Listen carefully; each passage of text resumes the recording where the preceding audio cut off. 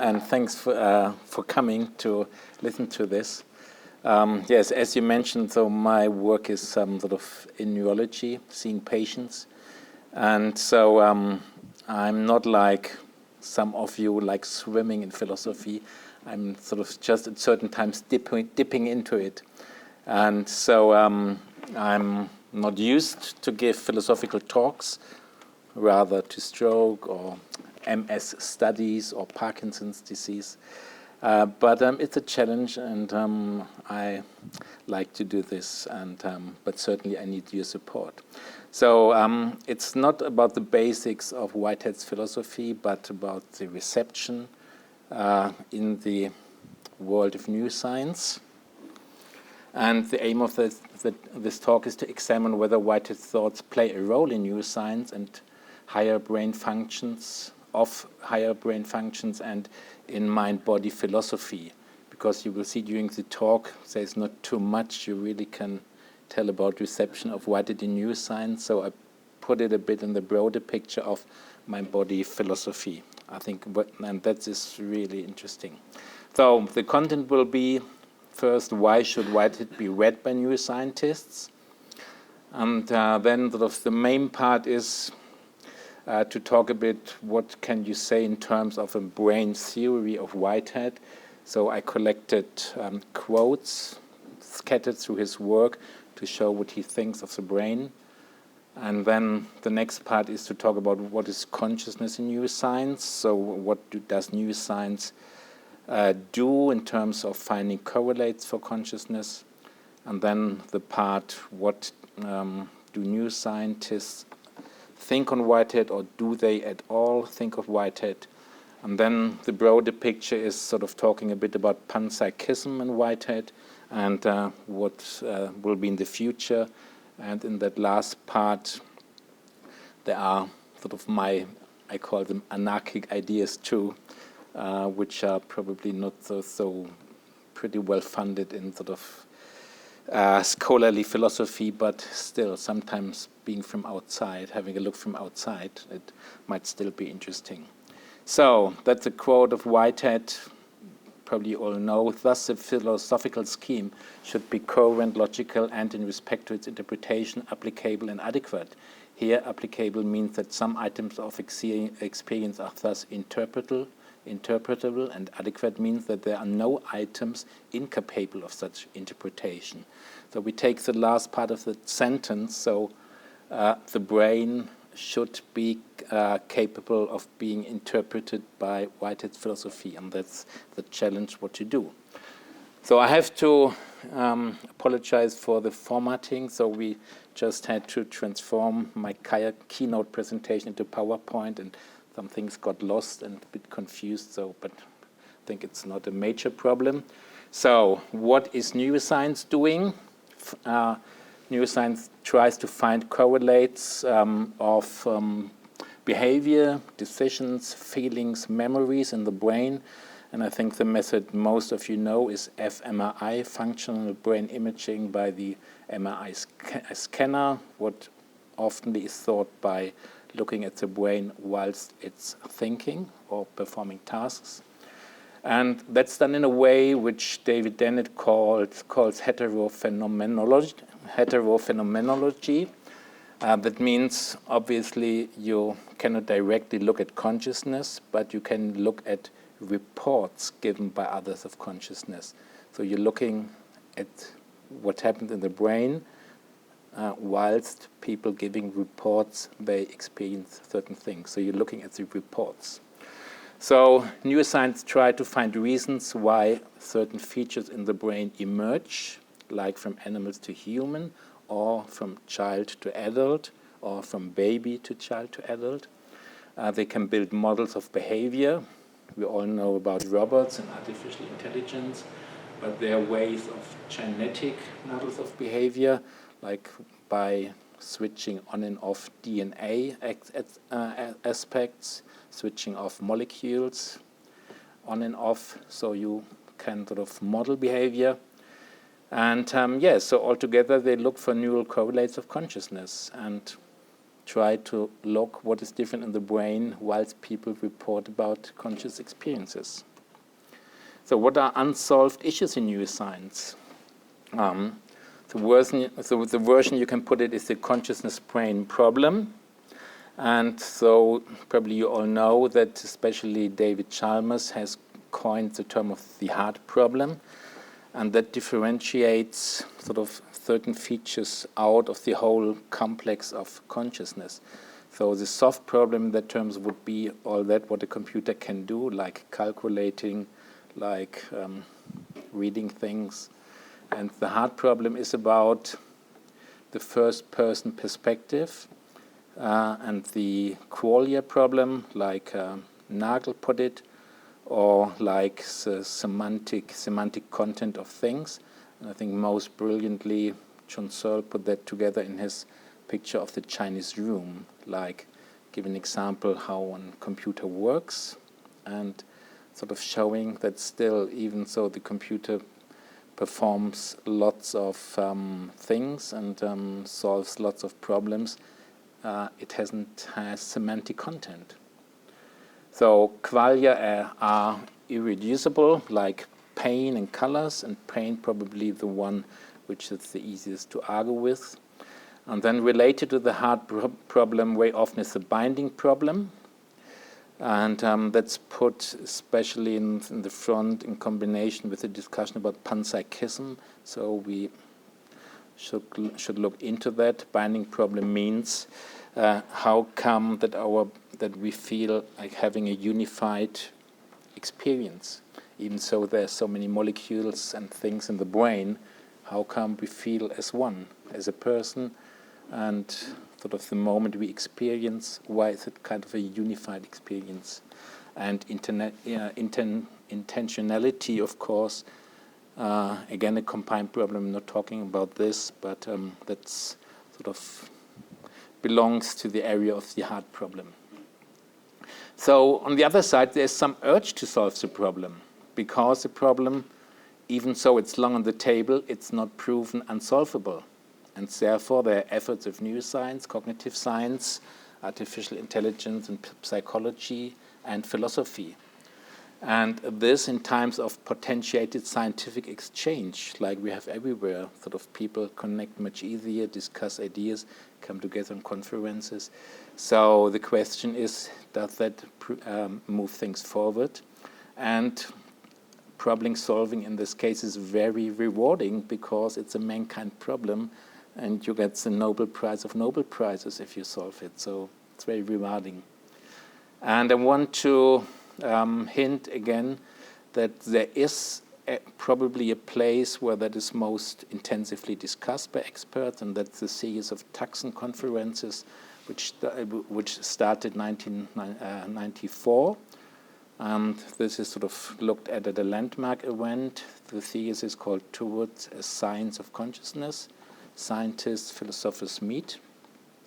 And it's every year, every second year in Tucson, and every other year in another place. So you have the situation that we have unsolved questions in neuroscience in terms of the hard problem things.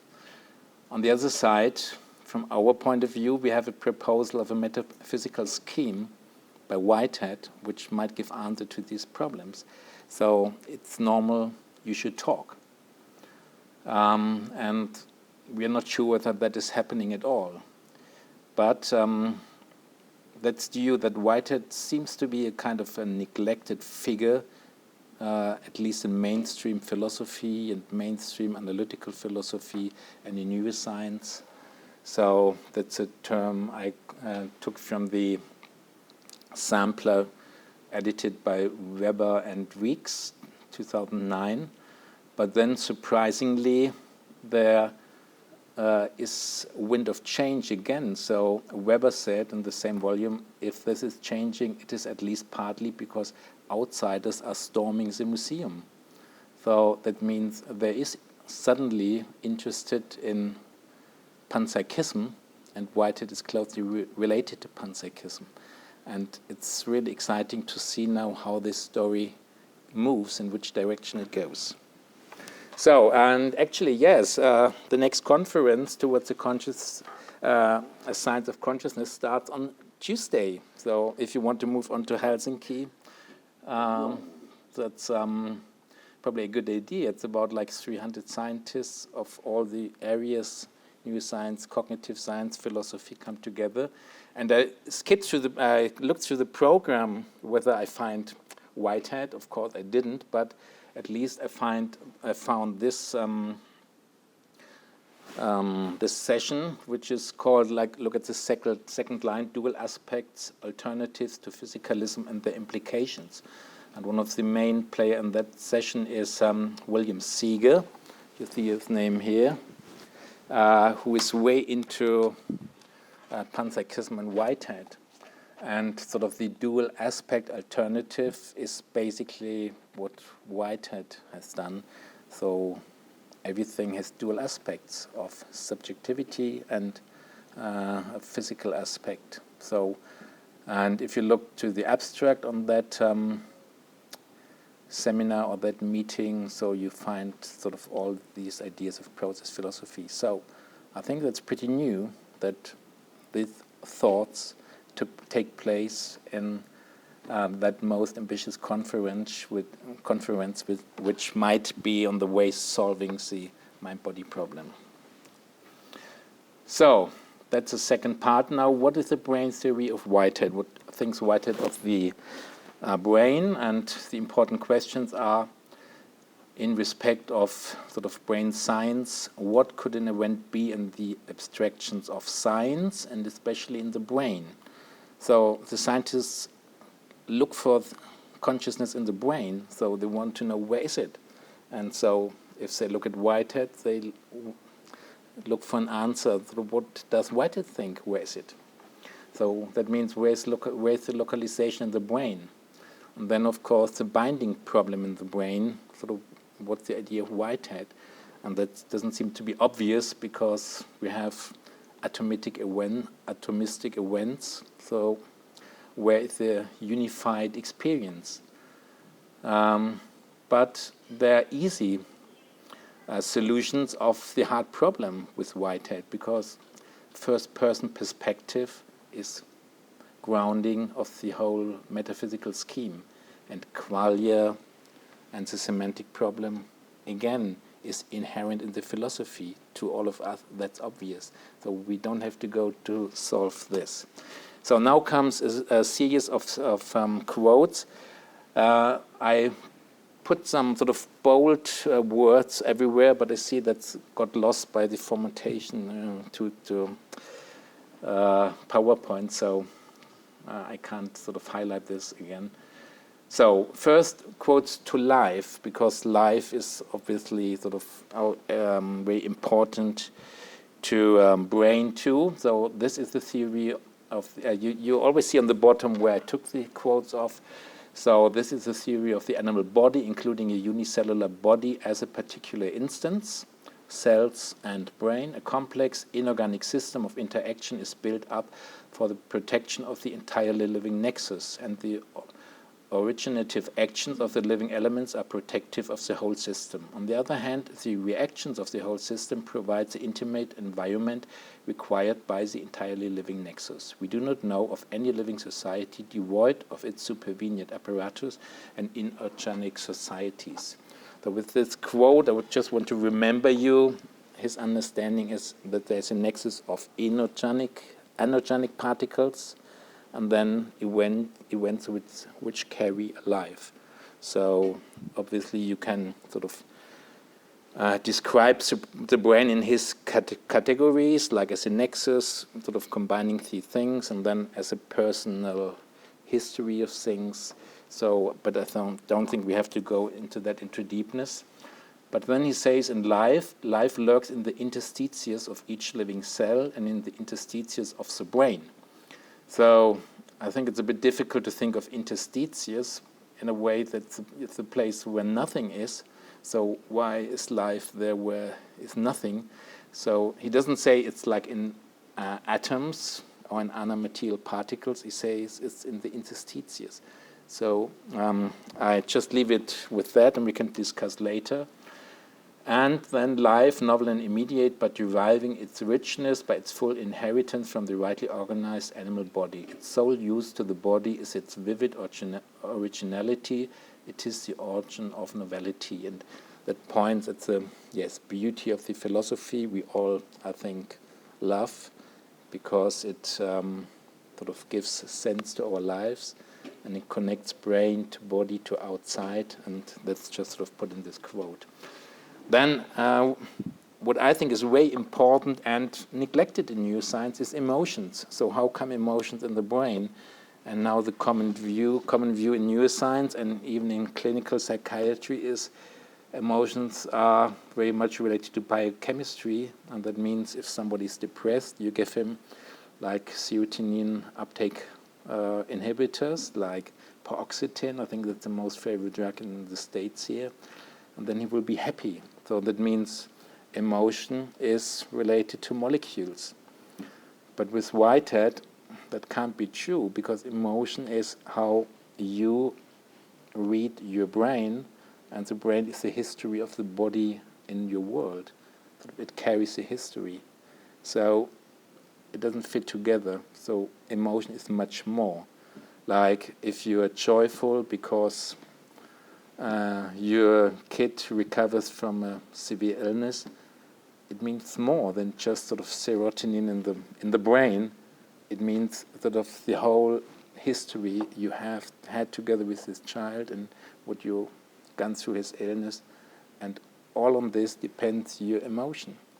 But conventional science can't explain this, and in psychiatry it's just sort of both things are taken into account, because you just can't sort of don't look at this side of things, but they don't have a good theory for that.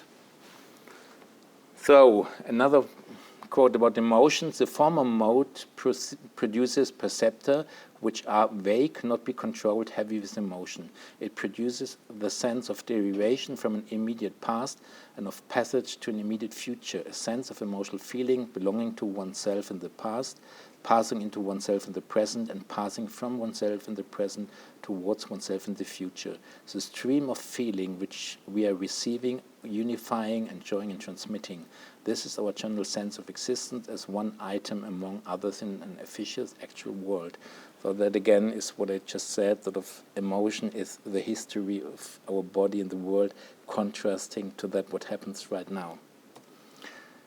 The creativity of the world is a throbbing emotion of the past hurling itself into a new transcendent fact.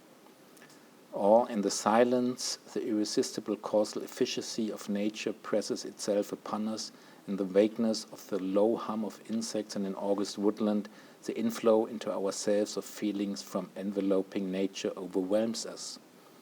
So that's again, our brain has a general feeling of history, of existence, and that's inherent into that philosophy, into that metaphysical scheme, but neuroscience has no explanation for that at all, and sort of that's should be another point in that complex of hard problem sort of associations, but it's you never or hardly find it listed.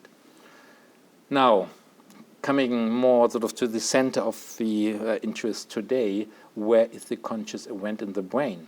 So what does Whitehead say? In Process and Reality, every actual entity in its relationship to other actual entities is in this sense somewhere in the continuum and arises out of the data provided by the standpoint. But in another sense, it is everywhere throughout the continuum, for its constitution includes the objectivations of the actual world and thereby includes the continuum. That shows again what we already talked about, that the brain is connected to the whole world. But here there is a bit of vagueness, and you could have the idea that the actual entity is not only in the brain, the event is not only in the brain, but it's sort of everywhere. And we talked sort of in our group quite a bit about this already.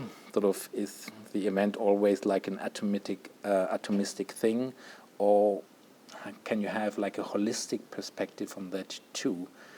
And I think that's one of the critical points which make it hard for others to understand what is meant, and especially for neuroscientists who sort of just look at the material and things happening in the brain, so they don't know why it should be outside. So then he gets more specific, a quote about the electromagnetic field. With the denial of simple location, we must admit that within any region of space-time, the innumerable multitude of these physical things are, in a sense, superimposed. Thus, the physical fact that each region of each space-time is a composition of what the physical entities throughout the universe mean for that region. So that is a very far-reaching quote again, because it presents you like everything, and especially the brain, as an electromagnetic field, and in every single point there's everything, sort of influence from everything. So I think that's probably compatible with sort of theory of an electromagnetic field. So theoretically every point has influences from everywhere, and that sort of opens the vision that indeed sort of somewhere in the interspace of things, in the interstices of brain between atoms, where there still is a field, an electromagnetic field, that at these interstices still, at every single point or region, there is influence of the whole world into it. So you can look at the brain like this, that it gives you like a physical structure which creates a specific electromagnetic field, and it's just so rich on regions which all carry the influence of all the world, especially of your immediate surrounding, the brain, but possibly from further away too. So I think it's interesting. So then again, is it extended or not, the event? Suppose we keep to the physical idea of energy, then each primordial element will be an organized system of vibratory streaming of energy. The system forming the primordial element is nothing at an instant. It requires its whole period in which to manifest itself. In an analogous way, a note of music is nothing at an instant, but it also requires its whole period. So that's from Science and Modern World. So the vibratory system is the organism. It's not indefinitely divisible in time and extension. So here's the idea we discussed already too, that the event, and in this case the event in the brain, is not a single point, but it needs some idea of extension, like to fulfill itself in kind of a waveform, so what a note needs. So where is the vibratory system? Apart from some metaphysical compulsion, there is no reason to provide another more subtle stuff to take place of the matter which has just been explained away. Physicists' energy is obviously an abstraction. So here he points that he goes sort of beyond the physical explanations of energy and then again of electromagnetic field. So it's something, a layer behind that, which allows abstraction of physicists and allows sort of abstractions of events that have subjectivity and create the world like we know it. So then I find a quote about a neurologist. So interested to read what the neurologist does. The neurologist traces first the effect of stimuli along the bodily nerves, then integration at nerve centers, and finally the rise of a protective reference beyond the body with a resulting motor efficiency in renewed nervous excitement. In biochemistry, the delicate adjustment of the chemical composition of the parts to the preservation of the whole organism is detected. Thus, the mental cognition is seen as the reflective experience of totality, reporting for itself what it is in itself as one unit of occurrence. This unit is the integration of the sum of its partial happenings, but it is not their numerical aggregate. So he describes that there are like reflexes in the brain, or the brain works in terms of reflexes, input, output. Then there's biochemistry, sort of concerned about adjustments of things. But then there is mental cognition, and that's sort of getting an experience of the totally. So in a way, wherever that place of experience is, it must have the ability to get that picture of totality of the brain. Then about consciousness. In awareness, actuality as a process, in fact, is integrated with the potentialities which illustrate either what is and might not be, or what is not and might be. And actually, I found these quotes, which about consciousness, most interesting, because they give the idea that consciousness is not something which is sort of in every event, and not in every nexus, not in stones, even not in cells, probably not in cells, but it needs an integration of memories about what could be, but what not actually is. So in that point of view, consciousness is always a contrast between what is and what doesn't has to be.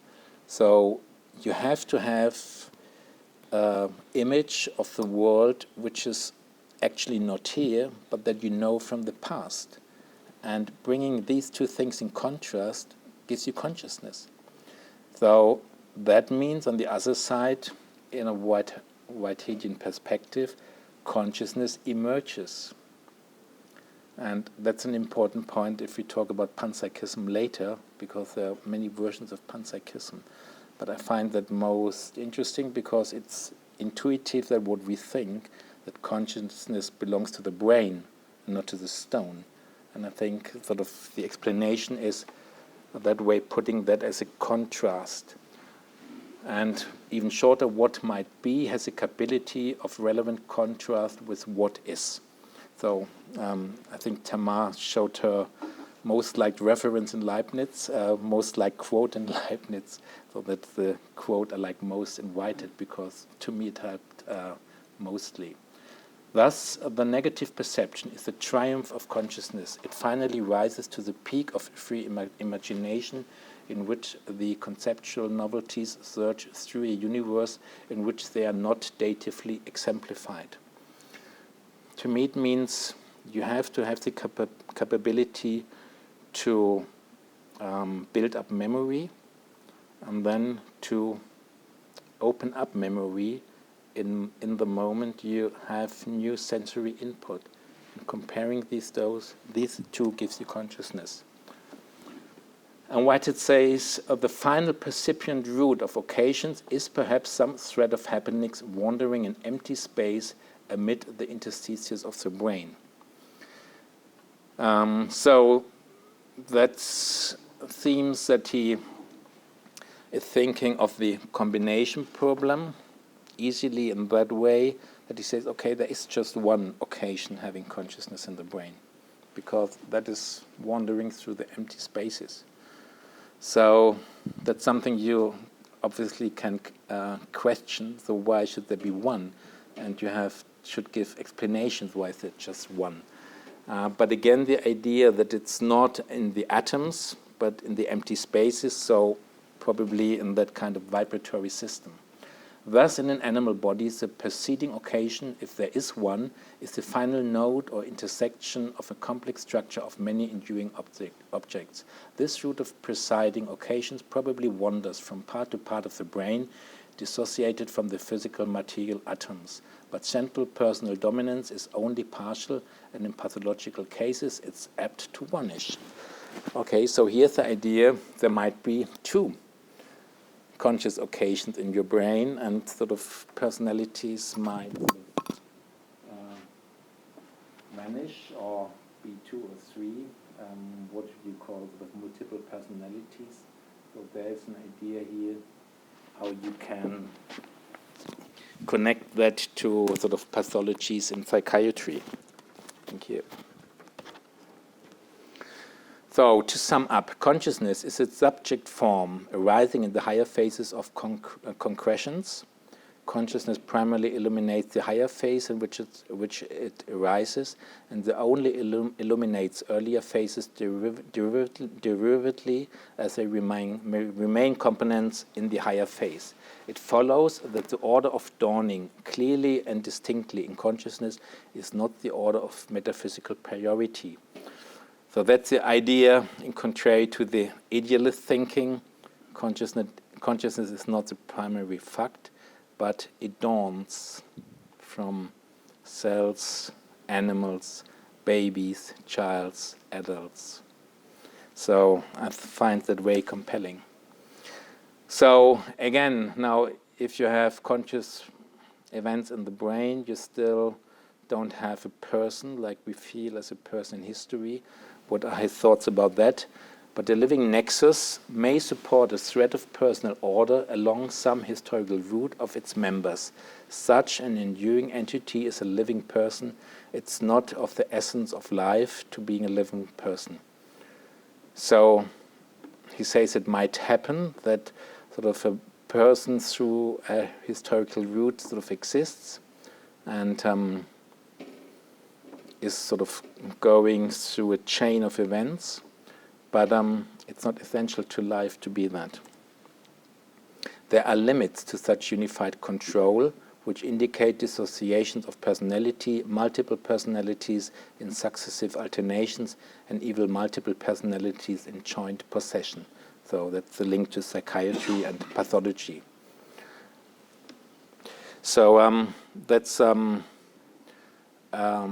some ideas that Whitehead gives about sort of brain pathology, but then there are other phenomena like a dream, and I think it's very easy to get descriptions and interpretations of what dreaming is.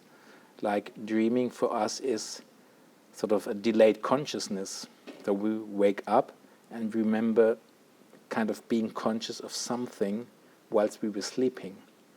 So, and putting that sort of into Whitehead terms, that would mean we had like a conscious feeling of something which came up in the brain during sleep. We compare it to memories of other views of the world, and this leaves a trace in the brain, that conscious feeling. And then when we wake up, we get the trace, and we look at that trace, and then that's sort of what dream might be. So now, switch to consciousness in neuroscience. What does neuroscience? What kind of methods do they have? I already managed functional imaging, fMRI, and sort of PET is another method which has not such a good resolution. It finds discrete locations and temporal patterns.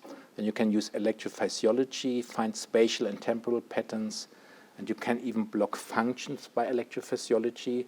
That's done by magnetic impulses. You can give magnetic impulses on specific sort of areas of the brain, and that induces current, and you can block functions by that.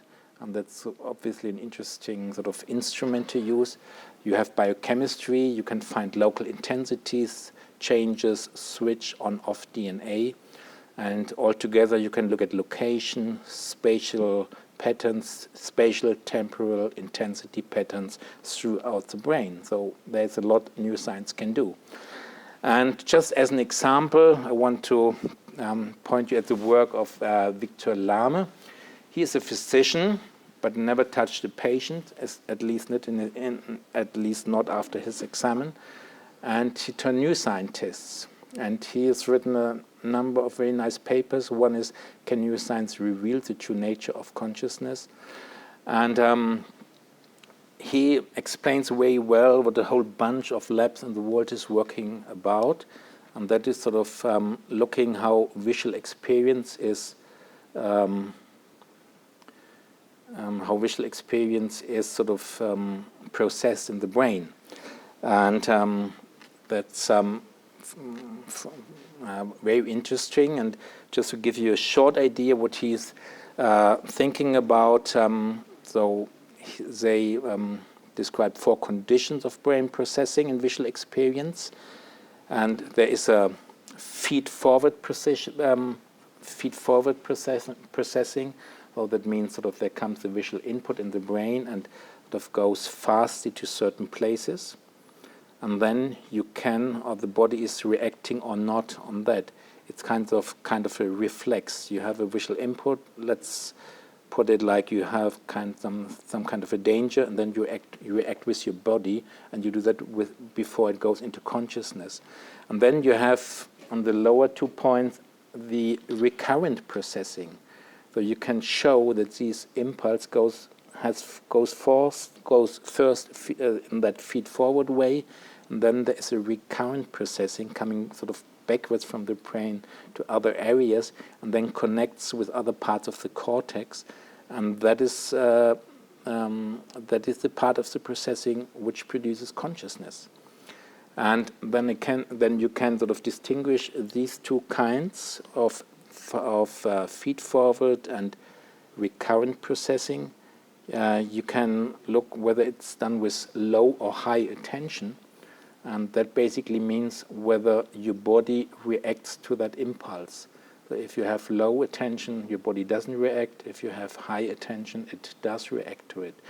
So the case of consciousness normally would be you have that recurrent processing to the brain, you have high attention to it, and your body reacts in some kind to that.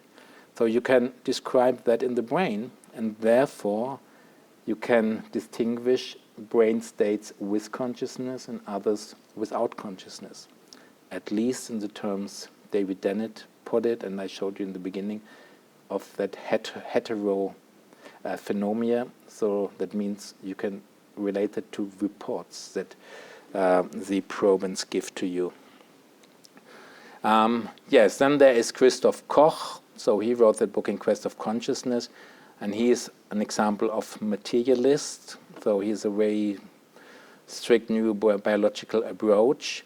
So he's the one who wrote sort of a famous book with Crick, which sort of the not invented but find of DNA, and they put forward this theory of 40 hertz oscillations in the brain, sort of a certain waveform electrical activity which connects all the brain, and they sort of related that to consciousness. It's a theory which is not really considered anymore, but he comes sort of from that. So he does these experiments switching DNA on and off, like in monkeys, and see what this has for sort of consequences for brain performance. And he thinks the results which we get might be transferred to make artificial intelligence, to put it into conscious states too. Yes, and then there is sort of the work of Penrose and Hameroff. Penrose, physicist, and Hameroff is a doctor. He's anesthesiologist and psychologist. And I think he's sort of most interesting for us, sort of in that respect of the topic we are discussing. So he's one of the founder of that Tuscan conference I was both speaking about towards science of consciousness. And he even is a movie maker. The movie is called Mindville, and shows his ideas how brain processing works. So it's a 90 minutes feature movie. I haven't seen it, but found it. And so their basic idea really is to transfer quantum mechanics into the brain. And the model they found and discussed since many years is what they call OR, Orchestrated Objective Reduction. And that's a model which is too difficult for me to understand, and so I can't explain it. But so what is related to it, that they think microtubuli, sort of certain elements in the cells, are elements of cells that allow quantum properties to establish free will. They always talk about collapsing of waveforms, so you might have heard that. So, okay, so they do what sort of Whitehead was kind of thinking too in that area, that quantum theory might play a role. and they actually try to put it in concrete, sort of concrete model and thinking what might happen in the brain and where does it establish in the brain. But Hameroff explicitly credits Whitehead. So Whitehead's occasions are consistent with modern views of time as independent snapshots or nows, with our conception of the flow of time being an illusion based on memory. And in that way of thinking, others speak of modern Whiteheadianism. And I put two names, Chamonix and Strawson, on the bottom here. So Hameroff is one of the big figures in the field.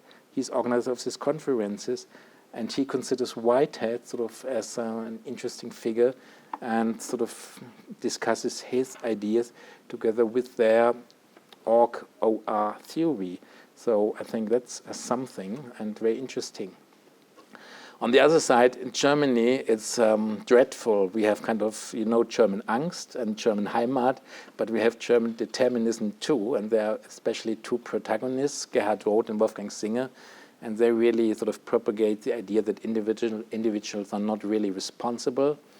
They even suggested a change of legislation, jurisdiction because of that, because if you're not responsible, it doesn't make sense to put into jail. And they really think in terms of a biological determinism. So Singer is sort of in the same field as Lame is, like looking at visual sort of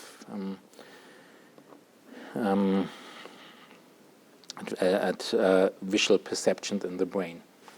So neuroscience. I think the undertakings of neuroscience are exciting and will show how integration of actual perceptions and memory is a precondition of higher human feelings, including awareness consciousness.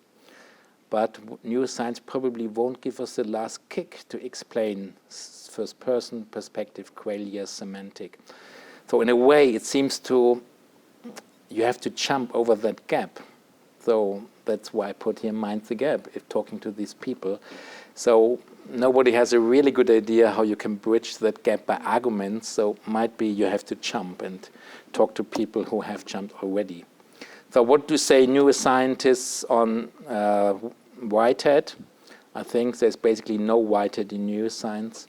So there are a few famous books of neuroscientists, and the typical cases, sort of once they retire, they write a book about the brain, like John Eccles, like Antonio Damasio, like Edelman, and in Germany, Gerhard Roth.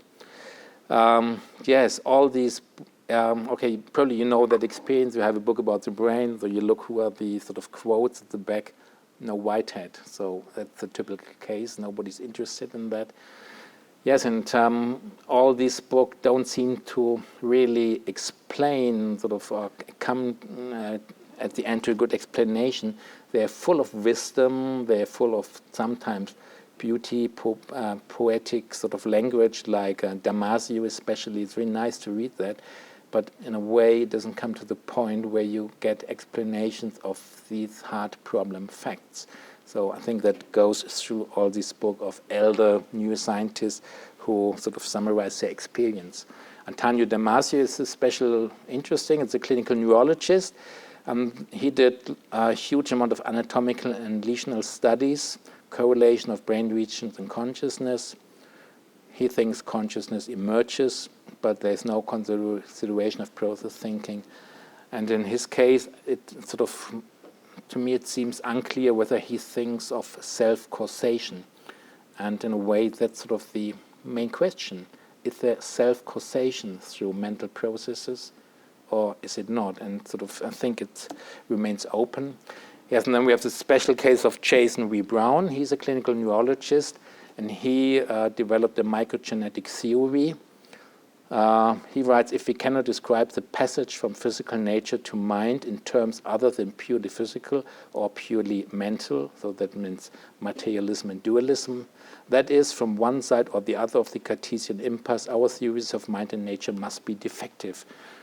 So in a way, that's just other words of what Whitehead was saying. And then a quote which I find quite astonishing, that a theory of mind-brain which developed on the observation of clinical disorders has led quite independently to an account of process that maps to these great metaphysical systems is a forceful argument for the correctness of those insights on which the theories are based.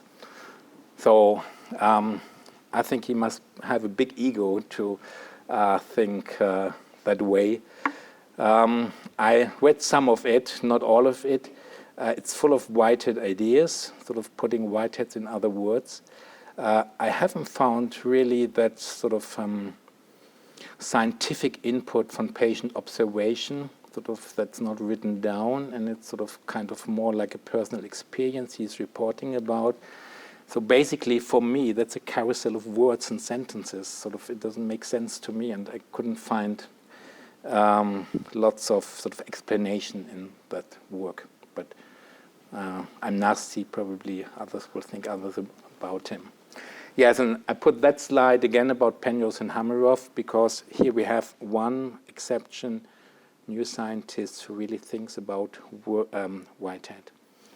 So, and then there's cognitive science. You know, neuroscientists are the ones who really sort of manipulate the brain in what any terms. And cognitive science is sort of the broader spectrum of scientists, mainly from psychology, but artificial intelligence, who think about the brain. So, and there, what I want to point out is there is now sort of developing a sort of subspeciality that you might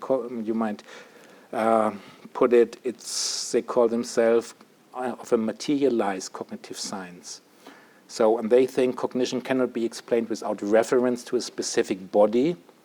So the term often used is embodiment and a specific environment. There's doubt that cognition is a process that takes place in a world of abstract symbolic representations, relatively independent of the happenings in the outside world. So they are going away from artificial intelligence as sort of the main paradigm.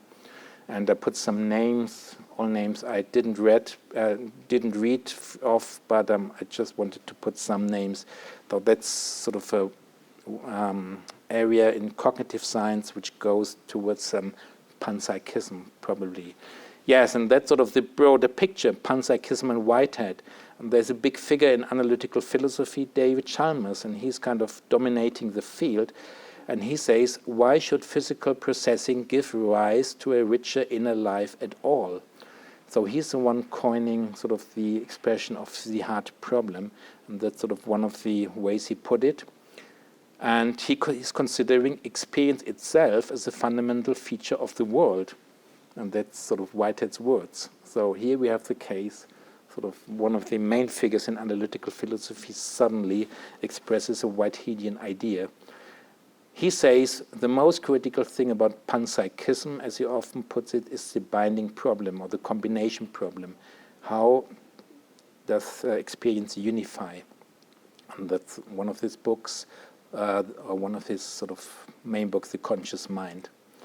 So the framework of that discussion is, of course, there is sort of the thing about materialists versus dualists. And sort of there's a big figure, David Dennett, which is sort of named Devil Dennett by some, and he sort of in a contrary called other than qualiphiles or Meisterians. And there are sort of many in-between positions, mind as epiphenomenon or sort of emergence of mind. Sometimes it's not clear what they think about sort of question of self-causation, but I personally think that's a critical point, sort of where to put that positions. Is there self-causation through mind, and that means is there free will or not? So, and panpsychism is on the table in analytical philosophy. It's not in neuroscience, expect of Hameroff, which I showed you. And another way of putting panpsychism is panprotopsychism, and that means that you think some elements of mental experience are in sort of basic features of the world.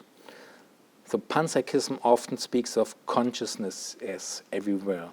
And that again can have sort of two ways. One is sort of more an anatomical panpsychism, so everything, every little thing, every atom has some kind of consciousness. And then you have the holistic way of thinking of it, sort of consciousness is in the world, like kind of God or something. And then you have panprotopsychism. and that's probably more what we would think of Whitehead. So, as I told you, consciousness is a feature of brains. So then, but the elements to finally arrive at consciousness, to be able that consciousness emerges, are in the sort of basic features of the world, the basic categories, and these are subjectiveness and intentionality and qualia. All that is already there. So, okay, sorry about that now, but so there are different sorts of panpsychism, and that's I found that in a paper on Chalmers, 2013, so that's not far away. So basically, we don't have really to go through it. It shows you the new way of thinking. So panpsychism is being sort of, again, looked at carefully. So what are different directions? Is it the same or not? And you thinking about it, you see there are many, many different ways of panpsychistic thinking. And what is surprising, Kalmar takes as his main reference not Whitehead, but Russell. So I was surprised by this. So he speaks of a Russellian panpsychism, and then of a constitutive Russellian panpsychism. So 4 kinds of panpsychism, what he describes, and 2 of them are sort of based on the Russellian panpsychism. And that again is sort of his work, Russell's work from 1927, which I can't tell you exactly the title. But there are more authors working in that field, Rosenberg, Scribinia, Strawson, and they have huge sort of work done on describing history of panpsychism and sort of looking into various sorts, so that's lots of it. So Whitehead as a panpsychist, so we could describe him as an there is a pan-subjectiveness. Everything has subjectiveness. And like David Griffin coined the term pan-experience, that is pan-experiential. So, but it's not pan-conscious. So that's a different to other sorts. His proto-elements are subjectiveness and information. It is constitutional for everything, and consciousness emerges and depends on memory handling in organisms. So I think in the current discussion that would be important to describe what sort of panpsychism Whitehead is. And probably you know the title of the evening lecture tonight, The Whiteheadian Century.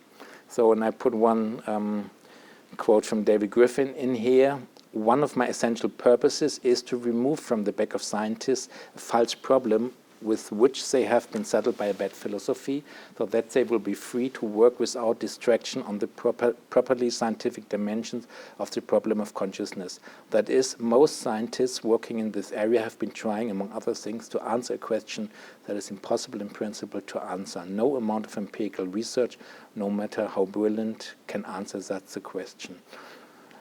I think David Griffin is one of the figures in Whitehead sort of enthusiasts who can bridge sort of the discussion to analytical philosophy. Okay, so coming to the last part, in future, thinking about metaphysics and neuroscience. Metaphysical speculations have proven to be an indispensable engine of scientific progress. So the subtitle shouldn't be there. So that's from Lenk, and there's a critical creative interplay between the general metaphysical theory and the more special theories of science, which enhance the development of both. That's from Bunge. So there is thinking that metaphysical plays a role in direction of science. So metaphysics can therefore give direction and produce ideas for science. When metaphysics is being proved by science, it's not metaphysics anymore. So metaphysics sort of has to be unprovable to remain remain independent, and basically metaphysics allows deeper interpretation, better understanding of the facts we experience. So now I want to give 2 examples where this might become sort of concrete, and what is sort of part of my own thinking, and which I didn't find so far clearly in other works. So and that goes sort of back to the quote of Whitehead: consciousness is a contrast between what is and what could be. That means, therefore, integration with memory is essential. Higher consciousness depends on ability of brains to store, save, and awake complex memories. And neuroscience looks at its memory mainly, so where is it put? How is it put and where is it? But it rarely looks at it, how can you sort of wake it up? Like, just sort of think yourself, might be when you arrived in this country last time, sort of you went through the customs and there was a situation, perhaps you still remember the face of that person sitting there. So there's something which is fairly distant, but you can wake it up and suddenly it dominates your brain. You have that face, and so it must be sort of suddenly come and being processed in parts of visual cortex to be sort of present to you. And then you have that contrast to sort of your present situation, like sitting here listening to a talk.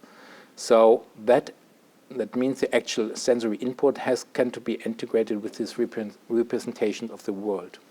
So we already spoke that consciousness dawns from cells to animals to humans, from embryos to babies to childs. And I think certain features of neurobiology might facilitate, enable, and fasten memory handling. And I personally think that's sort of the key why human brains developed and became so powerful. There must be mechanisms, and probably you can find these, which facilitate memory handling. And that is kind of an aim for neuroscience, I think. On the other side, you have lots of arguments to argue that artificial intelligence, what means you deal with anorganic elements, they are subjects, but they are without consciousness. And then we have the binding problem, and that's the last bit. I'm sorry that I'm talking so long. I think that there might be simultaneous consciousness events in the brain. So that's an idea others had too, like David Dennett already 30 years ago. But think of it like Whitehead says there is one sort of single line of events going through your brain, running through your brain. What is, again, thinking there are 2 or 3 of these lines, like you have 2 or 3. Thinking in a Whiteheadian way, a subject, as being the event, can't experience its becoming, disappearance, and it can't experience simultaneous neighbors. You wouldn't see if there is another consciousness in your brain, because the single conscious event is always, you just sort of experience your being with sort of content. And with sort of impression, there's a stream of time, there's extension of room. But you don't experience your past as being single events, and you wouldn't experience neighbors in your brain as being neighbors in your brain. And if you consider, okay, that can be true for 3, that can be true for millions. Might be there are millions simultaneous events of consciousness in your brain. You would never know. But to ease that a bit, you can think past. There is some serious problem.